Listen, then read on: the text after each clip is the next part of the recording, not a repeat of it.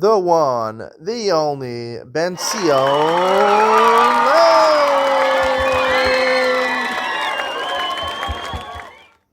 Good morning and welcome to Yeshiva YouTube Daily Double. Today we're doing Maseches Yoma, Perek Gimel, Mishnah Zayin and Ches. Mishnah Zayin says, "B'shachar yalovesh pilusin shel shema sarmana." Right, the Kohen Gadol, he had unique bagadim, unique clothes on Yom Kippur.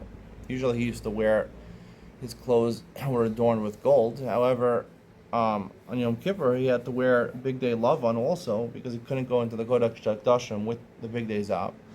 So in the morning, when he was wearing the Big Day Lavan, the white clothes, he would wear a special garment, which is a very thin type of linen that cost $1,200 or something like that. In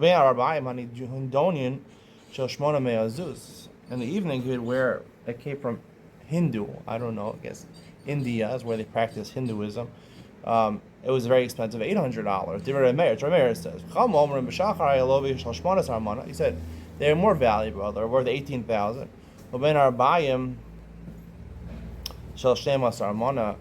And in the afternoon it was worth $12,000. Akol Shlosha Mana. Entirely was 30 mana. Those were paid for by the Beis HaMikdash from Hektish. If he wanted to add, he could add from his own money. The reason it says according to the Chamim, Hakol Shlosha Mana, even though it's 18 in the morning and 12,000 in the afternoon, nonetheless, he has the opportunity to switch. If he wanted to do 12,000 in the morning, 8,000 in the afternoon, or 15,000 both, he could work it out whichever way he wants. According to Rameir, there's no flexibility. He has to specifically wear 12,000 in the morning and 800 or 8,000. I guess it would be 8,000 in the afternoon. We'll talk about the machlokas in the Rameir and the Chama, a big machlokas about Big Day Kahuna. Right, there's a machlokas, a mitzvah on Kohanim to wear Big Day Kahuna. The Kohen Gadol has to wear 8 begadim.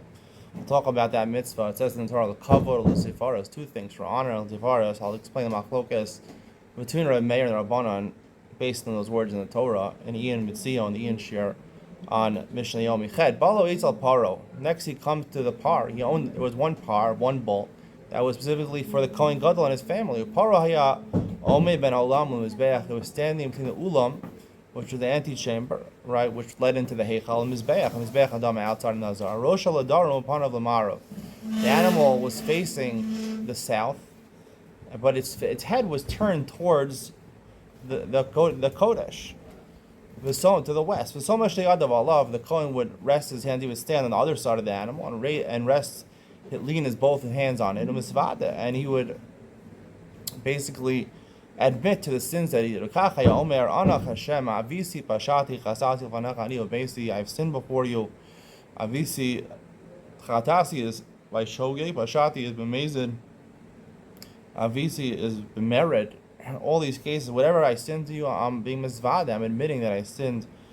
Ani basically me and my house, to include his wife and his children. Ana Hashem kaperna lavonos l'pshal mechatam shavishi pashati shachati l'fanach ani obesi. Atone for me all these sins that me and my household did.